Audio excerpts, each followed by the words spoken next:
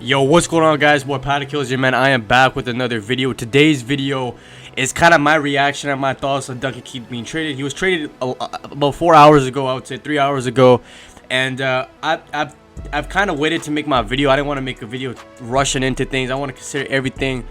But you guys know I'm a Hawks fan, big Hawks fan, and yeah, last couple years have been rough. A lot of guys. It's not even just like not making the playoffs and having playoff success. It's more so just like the core leaving and retiring and being traded, stuff like that. I mean, it kind of started with, you know, Marion Hossa back in 2017 when he had to retire because of a medical condition, and then after that, just felt like a lot of the players, a lot of the core guys just were out of their primes, or not even out of their primes, just like getting traded. I think Patrick Sharp retired in 2018. Seabrook was going through some injury stuff, and then he retired this year. Crawford retired in the beginning of this year, way back in I think the fall of 2020. Keith got traded, you know, Brandon Saad got traded. I think Taves and Kane are like the only guys left of the core, which is it's just crazy, and it's kind of sad, especially for Hawks fans. But I mean, that's sports, you know. It sucks, but you can't play it forever, man. And it's more sad just because I kind of grew up with these guys. You know, I grew up watching Duncan Keith play when I was 10 years old, 9 years old. I grew up with these guys, and now I'm 18 years old, and you know, I'm still very young, but if, you know, it feels like, you know, they're not playing. It's just weird. But like I said, my initial reaction on this is I'm really excited. I think Duncan Keith. I think a lot of people are hating on Duncan Keith a lot right now, saying, "Oh, Duncan Keith, he's not good." Like, let me say, like, he is not. Obviously, he is not prime Duncan Keith. Like, no, come on, man. I think Duncan Keith's like 37, 38. He's not prime Duncan Keith, but he's not a bad defenseman. He gives you more. He gives you leadership. That Edmonton team, God, they need that leadership, man. They need leadership on that team. They got embarrassed this year in the playoffs. And I think he's gonna help the locker room. He still has a couple things left in the tank. He still's got something left in the tank. Maybe he'll be good. We don't know. I also feel like he's a guy who, I think Duncan Keith is a guy who shouldn't be playing 20 minutes a night. He should not. He's at an age where he shouldn't be playing that much. I think he's a good fifth defenseman on a team. I think he's a solid guy who can give you 15 minutes. He's not bad. I know a lot of people are saying he's horrible. He's not bad, man. He's not. I know he had a bad season, his worst season, but he literally in the bubble, 2020 bubble, he was decent in the bubble. He was pretty good in the bubble. So I think a lot of people just be hating on him for no reason. But besides the point, I'm excited. I think Caleb Jones. I still think we won the trade, though. I think Edmonton, because it's not even just like Caleb Jones in the third round pick.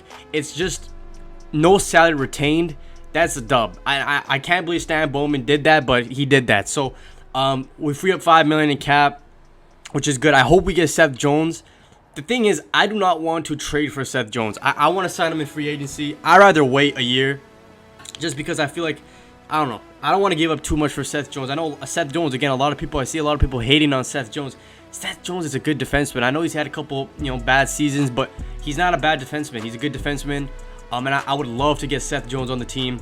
Other than that, like right here, honest Oilers fan, I mean, it depends. I know there's a lot of trolls right now on Twitter saying he's a bad defenseman. Obviously, this was his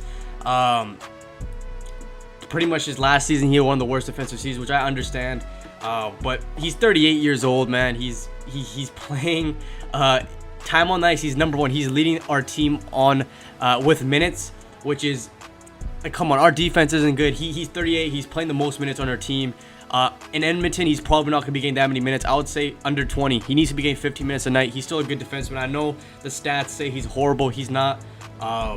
Maybe I'm just trying to defend him because he's my boy, but he's not that bad. Like, obviously, he's not in his prime because he's 38, but he's not that bad. But like I said, it's definitely weird just because, I mean, looking at Duncan Keith, I mean, this tweet right here, it kind of got me just because, you know, Duncan Keith traded, Marion Hossa retired, Sharp retired, Seabrook retired, Hjalmarsson traded back in 17, Crawford retired, Shaw retired, Andrew Shaw, you know, he's still a really young man, but, you know, obviously injuries got to him for Steve Bowen, Saad traded. Just, it's crazy because, you know, a lot of these guys that won us these championships, they're not here anymore. And it is completely new era. I just want Taves and Kane just to have one chance to win another cup. You know, I hope Stan Bowman just puts a team together just to make a last run for the championship, kind of like the last dance. I don't know if I trust Stan Bowman to do that, but it sucks. And if you guys don't know, man, this is what Duncan Keith was to Chicago. He second most games played in team history, second most points by defenseman, only behind Stan Mikita. 3-time Stanley Cup winner, 2-time Norris winner, 2-time Olympic gold, 2015 Consummate. His 2015 playoff run was crazy. He was that guy. Like his 2015 playoff run was so good. Just one of the best defensemen I've seen. He's so underappreciated. He is so underappreciated. Like he is one of the best. Like just seeing this man play. Like I remember this goal against Tampa, get the 1-0 lead for us. He's one of the most underappreciated defensemen I've seen in this league, and I still obviously, like, again, there's a lot of hate going around with him. Edmonton fans, just don't hate the man, bro. If you want to hate somebody, hate Ken Holland, man. Don't hate Duncan Keith, man. Don't hate Duncan Keith. I hope he does good, because I'm rooting for Keith, man. I'm rooting for my boy. I hope he does good in Edmonton. I hope the Oilers do better. Like I said, I do enjoy watching Oilers because of McDavid and Draisaitl, but I think it's one of those trades where I feel like I can see what the Oilers were doing. Looking at it from the Oilers' perspective, I can see what the Edmonton Oilers are trying to do, trying to add some veteran leadership. Because I mean, he's a winner. He's a definition of a winner. But obviously, you gave up a lot to get him. Also, no side retained kind of hurts. But I guess Hawks fans will take it. Still sucks though. Seeing Duncan Keith go, but it is what it is, man. It is what it is. At least we got a good return. I will stand Bowman. Good job. You got a good return. That's pretty much my thoughts on kind of the whole trade. Ken Holland paid more for Duncan Keith than the Bruins paid for Taylor Hall. I guess Ken Holland and Peter Chiarelli got a lot in common than we knew. But like I said, I don't really know too much about Caleb Jones. This is kind of Caleb Jones's thing. He's I don't know. Older fans, tell me how good Caleb Jones is, because I'm gonna be honest with you. I don't know the best thing about Caleb Jones. I do know he's 23. I knew he was a rookie. I think last year was his second season. He had 0 goals last year, though. It sucks, but I'm really excited to see him. Like I said, I don't expect Caleb Jones to be better than Duncan Keith. Obviously, right now, yeah, maybe Caleb Jones is better than Keith, but I'm talking all the time. I don't think that's ever gonna happen. But still, I'm more just happy that we freed up the cap space, the $5 million cap space, and we basically got a pick out of it. That's kind of what I'm excited about. About this trade. So. Drop a like, subscribe, man. Obviously, that's kind of my thoughts and my reaction, to the trade. This tweet is pretty funny right here. McDavid to the Oilers management. Eichel, Kuznetsov, and Tarasenko are all available.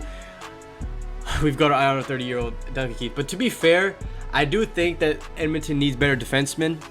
But yeah, 38-year-old Keith isn't gonna do too much to it. It should help them a bit, but we'll see. We'll see what happens for them. I still think Eichel is kind of a little bit overrated. I would not be trading all my pieces to get Jack Eichel. That's just my opinion, though. And I also think Tarasenko is a little bit overpaid. 7.5 million is kind of yikes for him.